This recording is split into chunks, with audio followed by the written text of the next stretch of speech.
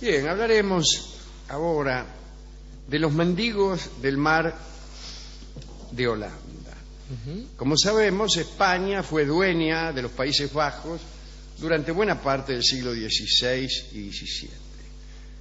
Los españoles llamaban despectivamente mendigos a los nobles holandeses, y especialmente aquellos que, reunidos bajo el mando de Guillermo de Orange, habían declarado guerra abierta a los españoles en 1568.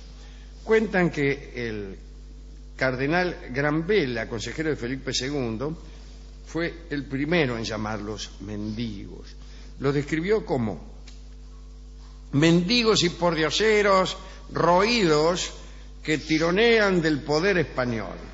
Pero a partir de entonces, como suele ocurrir, los holandeses se apropiaron del remoquete peyorativo y lo utilizaron como motivo de orgullo, como es clásico que suceda.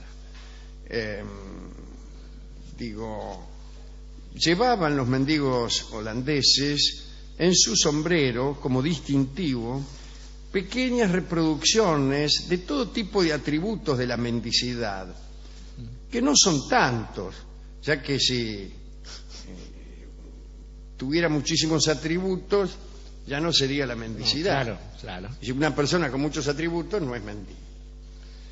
Eran en todo caso los atributos estos que llevaban en el sombrero, mínimas ilustraciones de hambrientos comiendo un hueso, de seres en actitud pedigüeña, etcétera, qué sé yo. Parece que muchos holandeses, de los que luchaban contra los españoles, habían conjeturado que en tierra tenían pocas posibilidades de enfrentarse con éxito a las tropas de España, y por esa razón se retiraron al mar. Y con embarcaciones malas y pequeñas se convirtieron en una amenaza para el abastecimiento de las tropas de ocupación hispanas.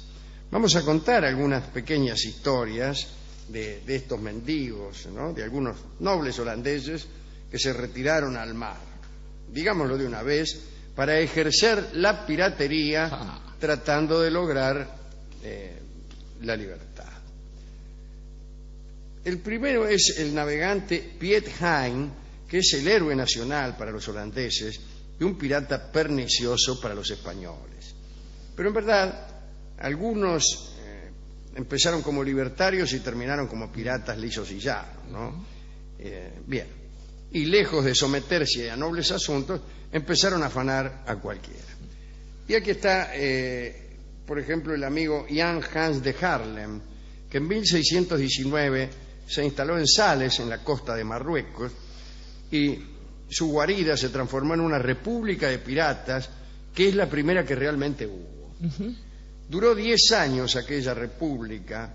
Hans fue nombrado presidente y gobernó asistido por 14 diputados. Cada uno recibía un sueldo, digamos, de acuerdo con su trabajo. El presidente iba prendido en el 10% de los derechos por cada barco que anclaban en el puerto, ¿no? Tenía comisión por cada producto afanado. En 1627, Hans de Haarlem salió con destino nada menos que a Islandia. Hizo una expedición, ¿no?, aún siendo presidente de aquella república de Sales. Salió con destino a Islandia. Si había creído en su ingenuidad un cuento que le habían hecho acerca de un tesoro oculto. Debió haber sospechado, digo yo, ya que Islandia no es el lugar más adecuado para enterrar tesoros. Primero, por su carácter indiscutiblemente remoto, y segundo, por la naturaleza de su suelo, que adivino rocoso. Los piratas suelen preferir más bien los terrenos arenosos, vecinos a los mares, para enterrar tesoros, no las islas rocosas donde cavar 1 metro para enterrar un tesoro cuesta un potosí. Si les gustara el trabajo, los piratas no serían piratas. Pero bueno, desconociendo todas estas consideraciones, Hans de Haarlem se fue a Islandia y regresó a su base con un mísero botín. Traía el barco cargado con pescado en salazón, algunas pieles, y también se trajo un resfrío que, a decir verdad, lo llevó a la muerte. Se murió Hans de Haarlem por ir a buscar un tesoro a Islandia. En su ignorancia también pensó que en Islandia el clima era benigno. Y no, hacía 20 grados bajo cero. Es una temperatura absolutamente inadecuada para buscar tesoros en las playas. Playas que por otra parte ni siquiera existían. Todo esto que estoy diciendo es para cumplir con el verdadero objetivo de este programa, que es evitar que jóvenes ingenuos se dirijan a Islandia a buscar tesoros. Sí. Pero el más famoso de los mendigos fue Simón the Dancer, que los españoles llamaron Simón el Bailador, porque les habrá parecido que dancer quería decir bailador.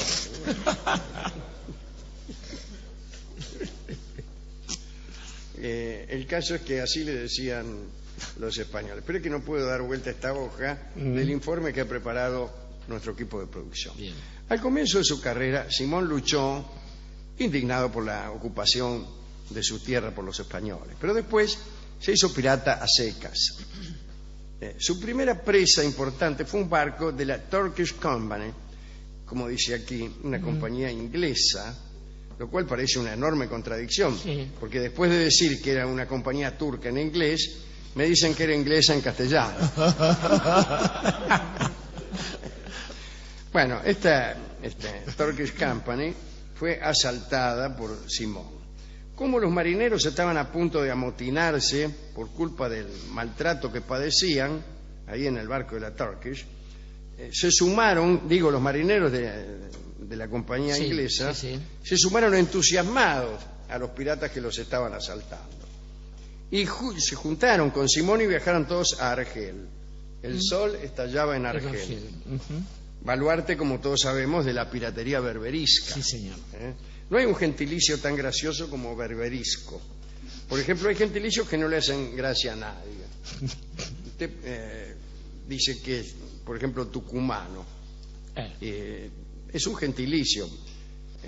Acá ha venido gente de Tucumán y nadie se ríe. Cuando preguntamos de dónde es, dicen tucumano y nadie se ríe. En cambio, si usted dice de dónde es y el tipo le dice soy berberisco, enseguida todos nos... Parece tucumano. Sí. O al menos a mí. Sí, en realidad me parece que es más gracioso Tucumán. Más gentil con la rima. El caso es que consiguieron estos tipos la amistad del bey argelino mediante un par de regalos. En realidad le regalaron cautivas españolas. Sí. Toma, dice, me han dicho que a los berberiscos les gustan mucho las cautivas españolas. Simón se volvió imprescindible entonces para la flota berberisca. Durante años se dedicó a rearmar esa flota. Les enseñó a construir veleros mucho más rápidos y manejables que las pesadas galeras que usaban aquellos piratas, ¿no? Bueno, esto les permitió aumentar el área de cobertura, el radio de influencia por el Atlántico y llegar incluso hasta el Canal de la Mancha. El holandés Simón, junto a sus amigos argelinos, capturaron unas 250 embarcaciones europeas. La gratitud del bey era tan grande que Simón vivía en un palacio como un príncipe oriental. Es la única manera de vivir en un palacio si este palacio está ubicado en Oriente. Que no es el caso de Argel, pero que quizás sí. Depende de dónde lo mire, naturalmente. Claro, se considera que el norte de África forma parte del Oriente. Los misterios de Oriente, claro. Sí. Bien, un detalle importante. En medio de estos viajes de rapiña, Simón se había enamorado de una francesita a la que abandonó en el puerto de Marsella para continuar con su trabajo de pirata, que evidentemente no le permitía fijar domicilio en Marsella. Inmediatamente después del abandono supo que la estaba extrañando.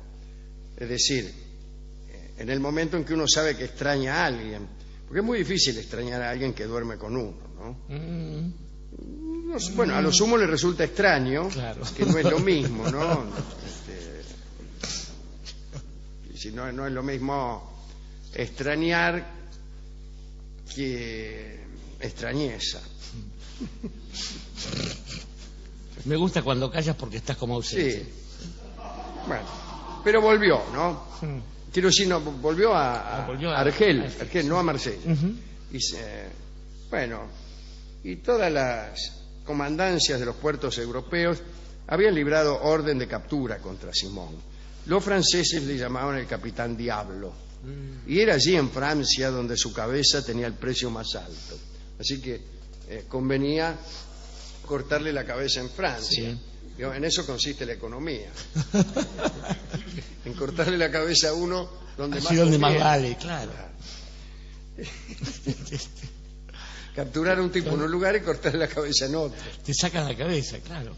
Pero bueno, vino a suceder que estas órdenes de captura perturbaron a Simón, que en verdad tenía como idea futura regresar algún día a Francia, abandonar aquella vida de pirata y reunirse con la pequeña marsellesa.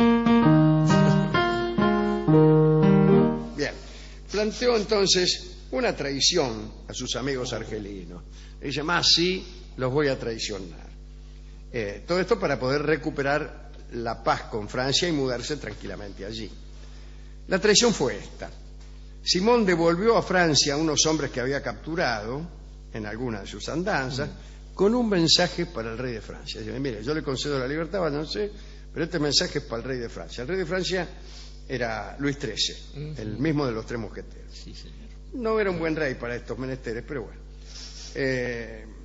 Y el mensaje decía, mire, indulto a cambio de todos mis conocimientos relativos a las fortificaciones de los piratas berberiscos. Un buchón. Usted me indulta y yo le doy todos los datos. Y Luis XIII aceptó el cambio. Como no, dice, yo lo indulto, etcétera. Así que fue un buen día, ¿no? Un buen trato. Un buen trato, un buen deal. Y un día Simón abandonó Argel y llegó a Francia. Y contó todo lo que había prometido contar. Mira, qué sé yo, y batió la cana a todos sus amigos argelinos. Este tiene una fortificación acá, el otro tiene 2 barcos, acá hay un riachuelo, acá hay tal cosa, qué sé yo. Bueno, pudo naturalmente unirse a su francesita, por no decir otra cosa. El rey lo honró, le dio premios, distinciones y además de una rica recompensa, le propuso un día, dice, mire, tengo para usted un trabajo que lo va a distinguir, lo va a llenar de gloria. Usted debe regresar al África, pero esta vez ya como enviado del gobierno de Francia, para conseguir la libertad de 20 barcos franceses que están retenidos allí. Usted va a ser el mediador. Simón aceptó y viajó en calidad de almirante del Reino de Francia a negociar con sus antiguos amigos, a los que había traicionado miserablemente. Dice el cronista. Llegó hasta lo de sus antiguos camaradas y ofreció cañonazos de saludo y alardes de íntima reconciliación. El bey prometió la devolución de los navíos franceses y lo invitó a unirse a él en tierra para brindar por los viejos tiempos. Y Simón fue. Volvió a bordo de su embarcación francesa, pero no del modo en que se había imaginado, sino con la cabeza separada del cuerpo. El rey lo decapitó por ortiva. Muy bien. Y así terminó la historia del más célebre de los mendigos, es decir, de los nobles rebeldes y piratescos holandeses. Estas son algunas de las historias que yo quería contar acerca de los mendigos holandeses. Siempre me ha divertido mucho decir mendigo en lugar de mendigo, y por eso me gusta ir a ver la película El Príncipe y el Mendigo, o quejarme ante mis empleadores gritándoles, ávaros, me pagan un sueldo de mendigo.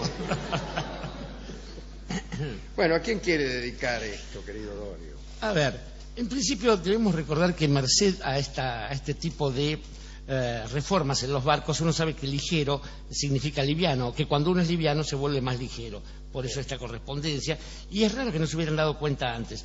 La otra cosa es un pirata que va a Islandia, esto es lo mismo que un muñeco que vaya a Disneylandia, quiero decir. Islandia, patria de piratas, ciertamente no podía tener tesoros allí. Además, el único lugar donde se puede cavar en Islandia es un pozo del que sale agua hirviendo. Sale agua hirviendo, claro.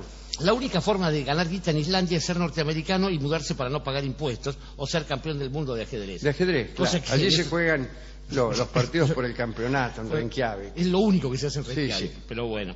Estaba pensando también la forma en que se dan las conversiones de las personas. Un pirata puede haberse iniciado por afán de lucro, por avaricia y ese tipo de cosas, y descubrir en el medio alguna causa por la cual jugarse. O bien puede haber sido alguien que, iniciado como patriota, se convierte después en alguien que a los ojos de los otros es pirata, pero que nunca deja de ser un patriota. Esta es la condición. Un pirata es solo un pirata cuando tiene que lucrar con eso. Porque además lo que sucede es que los poderosos, tal como le pasó a los españoles con los holandeses, suelen jactarse de riquezas que nunca les pertenecieron en serio. Se jacta el poderoso de las riquezas que obtuvo robándole a alguien. Luego, es muy posible que se hayan burlado unos meses tratándolos de mendigos a los holandeses. Sin embargo, se demostró largamente que nada de eso les pertenecía a esos españoles que sacrificaron todas esas fortunas. Pero quiero detenerme en una persona que usted ya sabe quién es un gran amigo de este programa. Lo voy a nombrar. Nómbrelo, por favor. Hipólito Bouchard. Un gran héroe, un gran patriota, un francés que peleó a las órdenes de Napoleón hasta que le pareció que la causa se había perdido. Se vino acá, combatió en San Lorenzo y San Martín le presentó a un contrabandista llamado William Brown, y con el cual él se peleó mucho. Y creo que esto es lo más interesante de un pirata.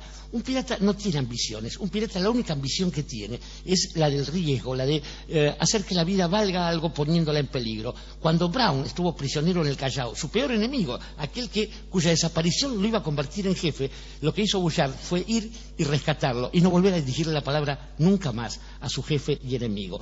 Y él supo siempre, porque nunca reclamó ninguna, ni jubilación, ni pensión, ni honores, ni mandos, que la única forma de ser realmente rico es estar siempre, pero siempre en la vía. En la vía es el tango que escucharemos en la voz de Edmundo Rivero. En la vía están los mendigos. Y digamos también, para completar la semblanza de Dorio, que dígale a la gente qué es lo que hizo Bouchard. Bouchard fue el marino de corso, el primer marino y único marino de corso que tuvo la patria, al cual se le encomendó que cualquier barco negrero que se cruzase por el camino fuese atacado para liberar a los negros. Y fue el que logró que por primera vez un señor en Hawái, un cacique, reconociese una entidad llamada la Argentina. Dio vuelta al mundo. Dio la vuelta al mundo en la fragata de la Argentina, además. Así es. Bueno, y este tango en la vía se refiere a los mendigos holandeses.